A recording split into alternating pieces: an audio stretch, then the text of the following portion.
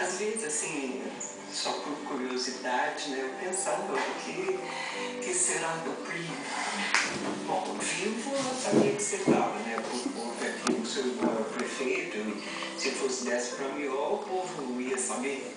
Mas eu senti muita saudade. Muita saudade. Você quer mais café?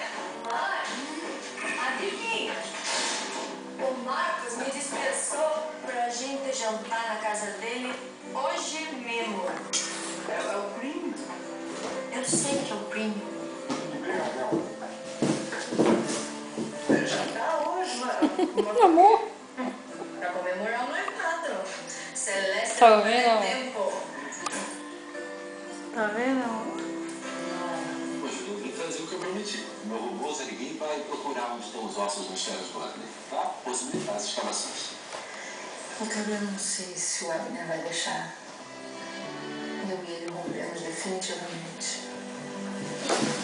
Tão difícil assim, Juliana. Eu não sei se você vai entender, mas os meus pais, eles desapareceram quando eu era muito nova. Desapareceram como? Papai era um sonhador. Ele achava que a terra era oca, imagina.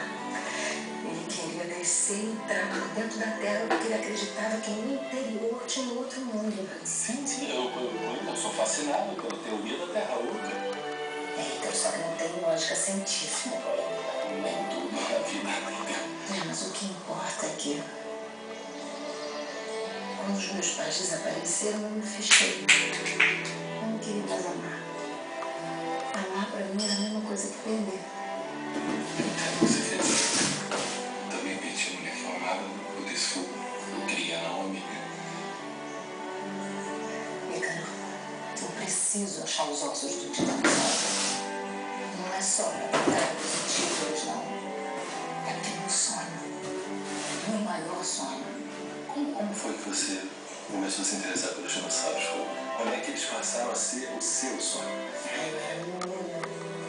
Morava numa cidade do interior, pequenininha assim, que nem preciosa. E eu morava com os meus avós, porque os meus pais tinham partido numa expedição. Eu brincava solta,